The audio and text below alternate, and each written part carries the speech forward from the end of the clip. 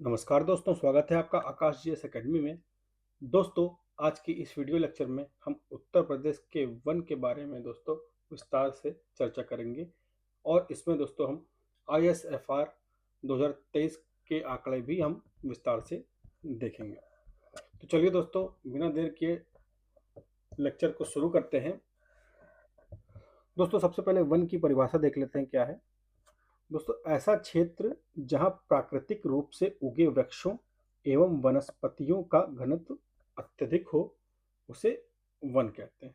जहां दोस्तों मुख्य रूप से क्या चीज, उगे वृक्षों का एवं वनस्पतियों का जो घनत्व हो वो अत्यधिक हो उसे हम वन कहते हैं। अब संवैधानिक स्थिति देख लेते हैं दोस्तों। वन एवं वन्य जीव संवर्ती सूची यानी कि कॉन्करेंट लिस्ट का हिस्सा है। कॉन्करेंट लिस्ट मतलब दोस्तों ऐसी लिस्ट होती है जिस पर दोस्तों राज्य सरकार और केंद्र सरकार दोनों ही कानून बना सकती हैं, उसे कॉन्करेंट लिस्ट कहते हैं। दोस्तों, 42वें संविधान संशोधन 1976 के द्वारा इसे राज्य सूची से संवर्ती सूची में डाल दिया गया है। दोस्तों, वन को दोस्तों 42वें संविधान संशोधन के द्वारा जो है इसे समवर्ती सूची में डाल दिया गया है। इसका मतलब है अब वन एक ऐसा टॉपिक हो गया है जिस पर राज्य सरकार भी कानून बना सकती है और केंद्र सरकार भी। अब प्रमुख लक्ष्य की बात कर लेते हैं दोस्तों। राष्ट्रीय वन नीति 1988 में क्या लक्ष्य निर्धारित किया गया था दोस्तों? कुल क्षेत्रफल के 33.33% भाग पर वन होना अनिवार्य है। यानी कि भारत के कुल क्षेत्रफल के 33.33% पर वन का होना अब अनिवार्य है दोस्तों। ये राष्ट्रीय वन नीति 1988 कहती है। और पर्वतीय क्षेत्र की अगर दोस्तों बात करें तो पर्वतीय क्षेत्र के लिए जो लक्ष्य निर्धारित किया गया है दोस्तों वो 66.67% निर्धारित किया गया है। और मैदानी क्षेत्र की अगर बात करें दोस्तों तो वहां के लिए 25% ये लक्ष्य निर्धारित किया गया है। यानी कि मैदानी क्षेत्र में 25% वन का होना अनिवार्य है। अब दोस्तों, भारत वन स्थिति रिपोर्ट यानी कि ISFR 2023 के बारे में विस्तार से देख लेते हैं। यह दोस्तों 18वीं रिपोर्ट है। जारीकर्ता की बात करें दोस्तों तो ISFR की रिपोर्ट कौन जारी करता है दोस्तों? भारतीय वन सर्वेक्षण यानी FSI, जो कि देहरादून में है। ये इसके द्वारा जारी किया जाता है द्विवार्षिक आधार पर, यानी कि हर दूसरे वर्ष। तकनीकी डेटा कहां से दोस्तों इसमें लिया गया है 2023 की रिपोर्ट में दोस्तों? रिसोर्स सैटेलाइट 2 से इसका डेटा जो है लिया गया है। राष्ट्रीय उपलब्धि की अगर बात करें दोस्तों, देश का कुल वन एवं वृक्ष आच्छादन यानी कि वृक्षों से ढका हुआ क्षेत्र कितना है दोस्तों?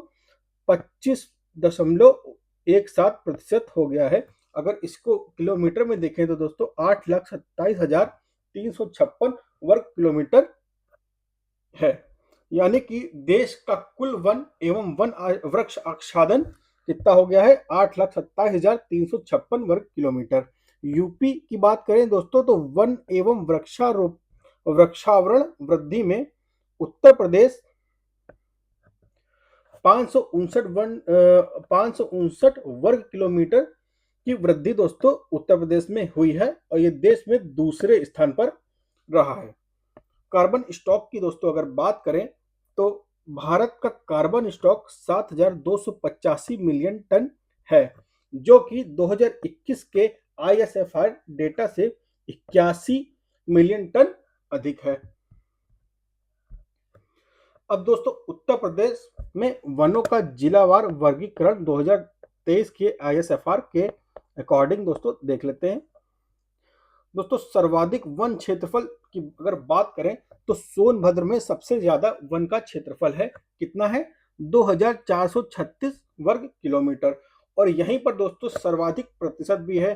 प्रतिशत की अगर बात करें तो यहाँ पर दोस्तों 35.29% वन यहीं पर है। उसके बाद दूसरा नंबर आता है लखीमपुर खीरी का और तीसरे नंबर पे है मिर्जापुर।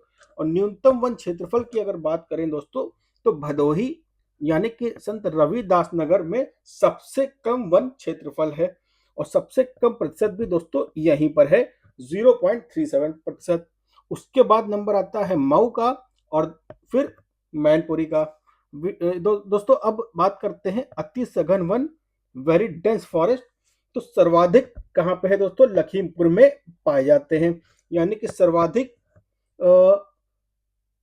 लखीमपुर खीरी में दोस्तों सबसे डेंस यानी कि वेरी डेंस फॉरेस्ट सबसे ज्यादा कहाँ पाए जाते हैं? लखीमपुर खीरी में।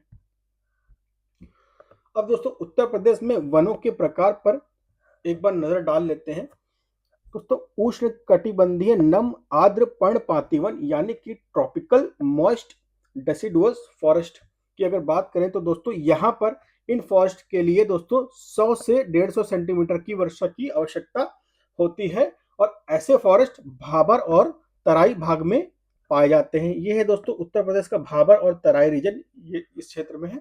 तो दोस्तों यहाँ पर जो वर्षा होती है, इस क्षेत्र में जो वर्षा होती है वो 100 से 150 सेंटीमीटर होती है। और यहाँ पर वृक्षों की अगर बात करें तो कौन कौन से वृक्ष पाए जाते हैं? सागौन यानी टीक, शीशम, महुआ और साल। याद रखिएगा दोस्तों, इंपॉर्टेंट है। उष्णकटिबंधीय शुष्क पर्णपाती वन की अगर बात करें यानी कि ट्रॉपिकल ड्राई डेसिडुअस फॉरेस्ट की, तो दोस्तों यहाँ पर वर्षा जो है 75 से 100 सेंटीमीटर की होती है। और ये क्षेत्र कौन कौन सा है दोस्तों? पूर्व का है यानी कि ये वाला एरिया पूर्व, मध्य यानी कि ये एरिया है दोस्तों, एवं पश्चिम के मैदान। तो इस एरिया में दोस्तों वर्षा कितनी होती है? 75 से 100 सेंटीमीटर। अगर इन इस एरिया में दोस्तों वृक्षों की अगर बात करें तो यहाँ पर साल, नीम, पीपल, बेल, पलास और तेंदु जैसे वृक्ष पाए जाते हैं। तो इन्हें दोस्तों याद रखिएगा, इंपॉर्टेंट है ये सारे, ये तीनों ही पॉइंट दोस्तों इंपॉर्टेंट है, एग्जाम के पॉइंट ऑफ व्यू से याद रखिएगा। उष्ण कटिबंधीय कटीली झाड़ियों की अगर बात करें दोस्तों यानी कि ट्रॉपिकल थॉर्न फॉरेस्ट की, तो यहाँ पर सबसे कम वर्षा यानी कि 50 सेंटीमीटर से भी कम वर्षा की आवश्यकता होती है इन झाड़ियों के लिए। और ये उत्तर प्रदेश के दक्षिणी भाग में यानी कि बुंदेलखंड वाले रीजन में ये सबसे ज्यादा पाए जाते हैं।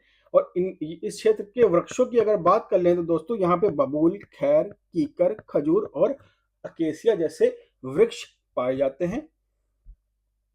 वनों का प्रशासनिक वर्गीकरण दोस्तों देख लेते हैं। दोस्तों आरक्षित वन यानी कि रिजर्व फॉरेस्ट की अगर बात करें तो पूर्ण सरकारी नियंत्रण में होते हैं, और कटाई चराई पर पूर्णतः प्रतिबंध यहाँ पर होता है। दोस्तों यहाँ पे देखिए मैंने ये काटने की जो मशीन ये लगाई है, और यहाँ पे एक इमेज लगा दी है मैंने, यहाँ पे इसमें देखिए काटने वाली मशीन भी है और लकड़ियों को काटा गया है। तो ये यहाँ पर पूर्णतः प्रतिबंधित होता है दोस्तों। आरक्षित वन में ये कटाई नहीं चलती है, एकदम प्रतिबंधित होता है, और ये पूर्ण सरकारी नियंत्रण में होता है। और संरक्षित वन की दोस्तों अगर बात कर लें, संरक्षित वन की यानी कि प्रोटेक्टेड फॉरेस्ट की, तो सरकारी नियंत्रण इन पर होता है, लेकिन स्थानीय लोगों को कुछ सीमा तक जो है इसमें छूट दी जाती है। सामुदायिक वन की बात करें तो यहाँ पर सामुदायिक वन यानी कि कम्युनिटी फॉरेस्ट की, तो दोस्तों स्थानीय निकायों जैसे नगर निगम और नगर पालिका के अधीन ये आते हैं।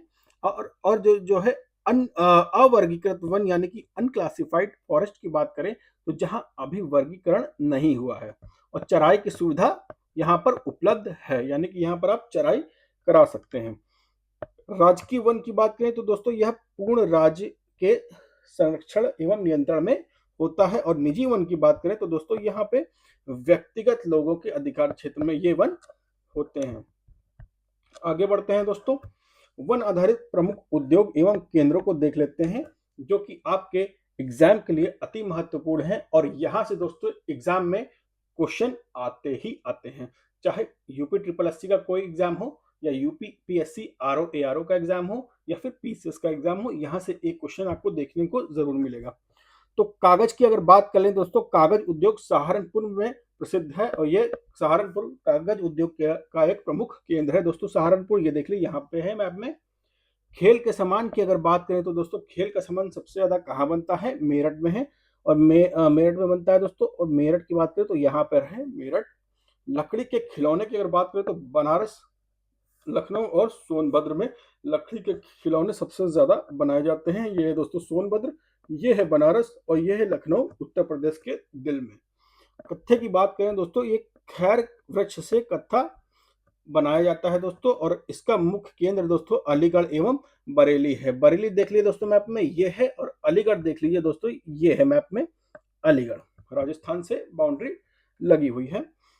बीड़ी की बात करें तो दोस्तों ये जो है तेंदु पत्ता से बीड़ी, तेंदु के पत्ते से बीड़ी बनाई जाती है, और इसका मुख्य केंद्र है मिर्जापुर और झांसी। झांसी की बात करें दोस्तों, ये है झांसी और यहाँ पर है मिर्जापुर। प्लाईवुड की बात करें तो सीतापुर और नजीबाबाद यानी बिजनौर में प्लाईवुड का काम सबसे ज्यादा होता है। सीतापुर ये लखनऊ से बाउंड्री टच करता है दोस्तों, यहाँ पे सीतापुर है। और सहारनपुर की बात, सॉरी बिजनौर की बात करें तो दोस्तों ये सहारनपुर के नीचे मुजफ्फरनगर, मुजफ्फरनगर के बगल में बिजनौर, यहाँ पे दोस्तों प्लाईवुड का काम सबसे ज्यादा होता है। माचिस की तीली दोस्तों सेमल और गुरेल वृक्ष से बनाई जाती है। पारिस्थितिकी आतंकवादी किसे कहते हैं, इंपॉर्टेंट है, मोस्ट इंपॉर्टेंट है, आपके एग्जाम में पहले भी आ चुका है और आगे आने की संभावना है दोस्तों। यूकेलिप्टस को पारिस्थितिकी आतंकवादी कहते हैं। क्यों कहते हैं, क्योंकि अत्यधिक जल की खपत ये करता है, जहां पे लगा दीजिए वहां पे पानी की कमी होने लगती है। प्रमुख वन योजनाएं एवं पुरस्कार की दोस्तों बात कर लेते हैं। ऑपरेशन ग्रीन योजना दोस्तों 1 जुलाई 2001 से स्टार्ट हुई। यूपी वानिकी परियोजना दोस्तों डेट याद रखिएगा 19 मार्च 1998 से शुरू हुई और यह विश्व बैंक की सहायता से चल रही है। सहभागी वन प्रबंधन योजना ये दोस्तों जुलाई 2010 से शुरू हुई और जापान के सहयोग से।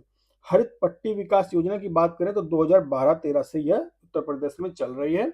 और वीर अब्दुल हमीद पुरस्कार की बात करें दोस्तों, ये योजना दोस्तों 2012-13 से ये चल रही है। और व्यक्ति की बात करें तो हर व्यक्ति को जो धनराशि मिलती है 1 लाख रुपए मिलती है, और अगर संगठन है तो संगठन को धनराशि जो है यहाँ पर 2 लाख मिलती है। विशेष तथ्य दोस्तों, सोनभद्र का बेलहत्ती ग्राम देश का पहला ग्राम वन है, ये याद रखिएगा, ये मोस्ट इंपॉर्टेंट क्वेश्चन है, एग्जाम में आ सकता है।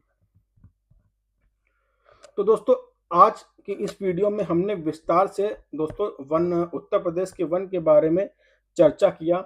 उसके बाद दोस्तों हम लोगों ने ISFR का डेटा भी देखा, जो कि 18वीं रिपोर्ट थी दोस्तों। तो दोस्तों मैं आशा करता हूं कि ये वीडियो आपको अच्छी लगी होगी और आपके एग्जाम में आपको दोस्तों ये वीडियो मदद करेगी। दोस्तों आज के लिए इतना ही रखते हैं, मिलते हैं एक अगली वीडियो में एक नए टॉपिक के साथ। तब तक के लिए दोस्तों धन्यवाद। जय हिंद, जय भारत।